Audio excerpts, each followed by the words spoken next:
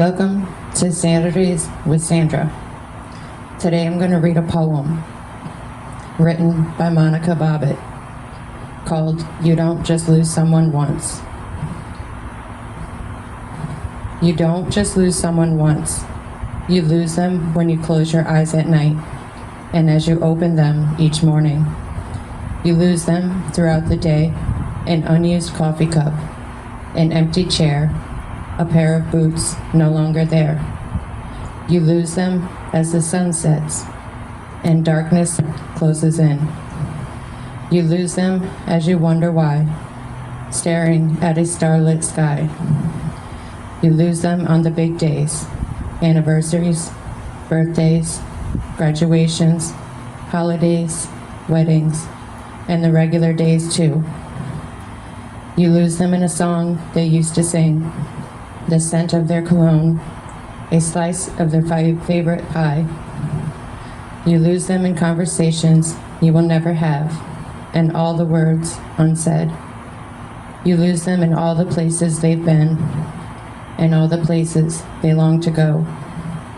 You lose them in what could have been, and all the dreams you shared.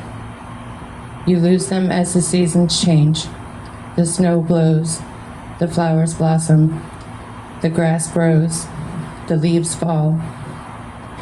You lose them again and again, day after day, month after month, year after year. You lose them as you pick up the broken pieces and begin your life anew. You lose them when you realize this is your new reality. They are never coming back. No matter how much you miss them or need them, no matter how hard you pray, they are gone, and you must go on, alone. Time marches on, carrying them further and further away. You lose them as your hair whitens, and your body bends with age. Your memory fades, and the details begin to blur. Their face stares back at you from a faded photograph. Someone you used to know.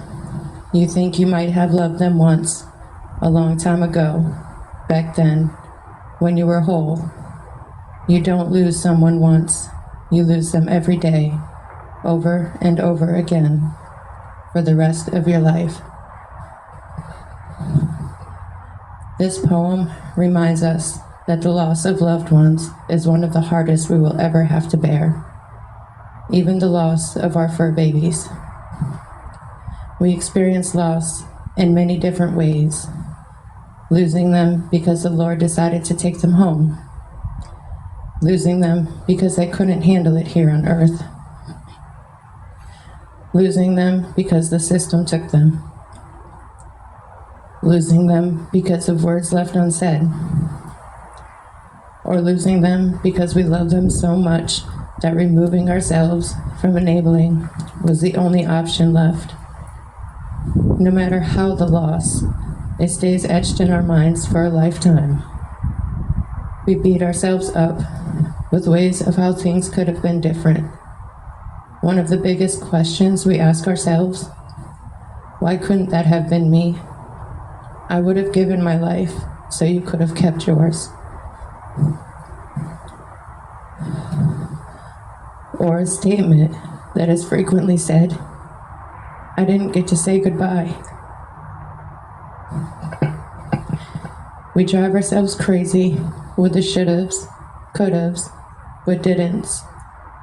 We dive into rewinds, replays, and regrets. Why didn't I go across the country to say goodbye to my Nana? I knew she was sick for a while, and it only stayed in conversations. If I hadn't waited to go to the hospital, would I have one more little? The pain was a big sign something wasn't quite right. If I didn't go to the hospital to get help, would I still have my other 2 children? Why did I bring them with me? That day is cut in my heart so deep, I don't know if I'll ever heal from it. If I would have stayed in Louisiana, would my best friend still be here? I knew she wasn't doing good, yet I felt my hands were tied. I moved back up north, driving down pregnant not even a year later for her funeral. She never even got to see a picture of my firstborn. If I would have told him, "I love you," on that day we signed the divorce papers, would it have made a difference? Everything in me had to fight to keep the tears from coming out when we hugged. I know I was trembling. Even at any point when we stayed in contact afterwards, would these 3 words have made a difference? When I came back down, you were in a relationship making me bite my tongue. There will be certain days that hit much harder than others, and it'll be like we're experiencing that loss for the first time. We all heal in different ways. There's no right or wrong way to do so. It's what works for us individually. I think we can all agree on one thing, though. Our loved ones would have wanted us to remember them for the happy memories shared.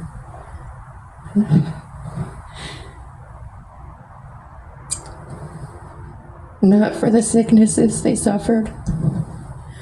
Not for the fights that may have been. And certainly not for the last days seen. Only celebrate the moments that truly make each of us smile, and not by someone else's memories. I remember my Nana only allowing us grandchildren to play with the pearls that hung from her neck. I remember the smile that lit up her entire face when she first saw me after 10 to 12 years. She was so proud of the beautiful young lady I had grown into. I remember my oldest carrying Pearl around as if she were a stuffed cat. I remember him coming home from school one day, telling me how the teacher took him aside, correcting him with the sounds of letters. I had to explain to him about accents making the same thing sound a bit different. The circus, Paw Patrol Live, the parties given, the creative pancakes, extravagant ice cream sundaes, and pizzas made special just for him. I remember singing with him, the crazy shirts, hats, and socks made. The day he brought me a bucket and a bottle of water when I was sick. In that moment, I knew I was doing something right. When we had a burial ceremony for Pearl, he was so grown. I was so proud. The cereal box games, teaching him the little Spanish that I knew. The day he found out Santa was actually his grandfather. Every day for 2 weeks, he would eagerly ask when his little brother would be coming home. And the day he finally came home, I remember my second spinning his doorway jumper one way, bringing his feet up, and letting it spin out with his head held back, watching the hair fly. I remember when he fell asleep in the stroller, and he was resting his head on his foot. What a contortionist. He used his feet to pick up everything. His big brother being so helpful with teaching him new things, and yet being so shocked of the actual things he did not know.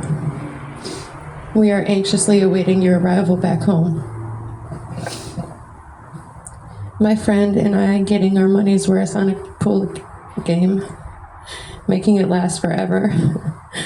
All the stories she told me that would have me in tears from the laughter.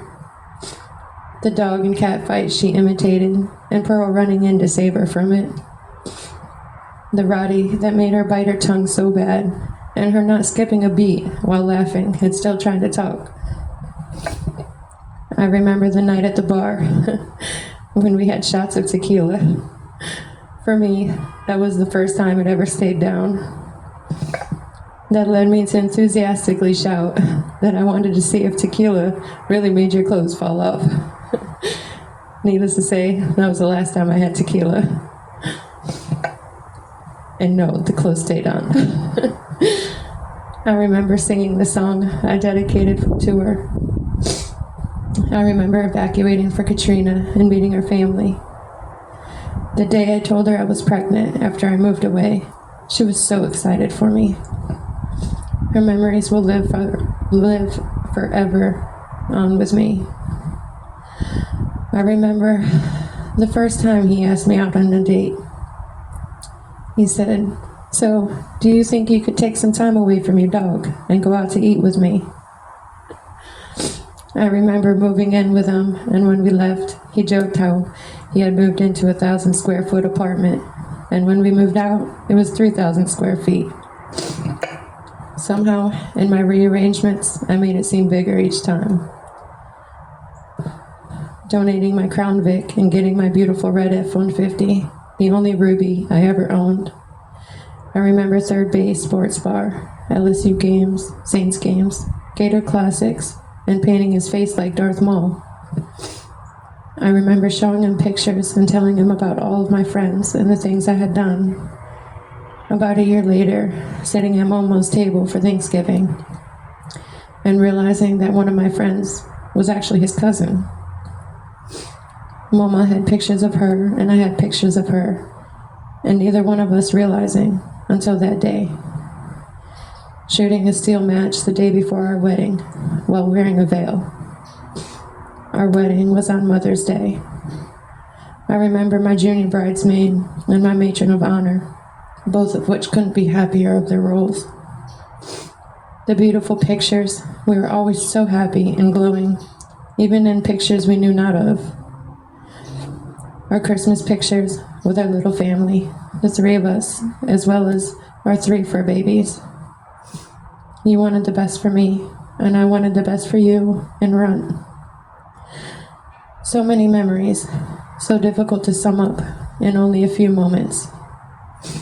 The memories don't have to be clean cut, only to be what makes us remember our loved ones in a brighter light. Those moments that brought us light in the darkness, what makes us truly smile from the inside out. I fully believe that the celebration of a loved one's life is the most effective, soothing, and positive way of healing from any loss. Behind every storm are some really beautiful rays of sunshine. Thank you for listening, and remember, always shoot for the stars. Please feel free to share any of the uploaded videos on my YouTube channel. Subscribe for updates. My YouTube channel is sr.jurassic. September Romeo Juliet Umbrella Romeo Alpha Charlie Echo Kilo. Thanks again.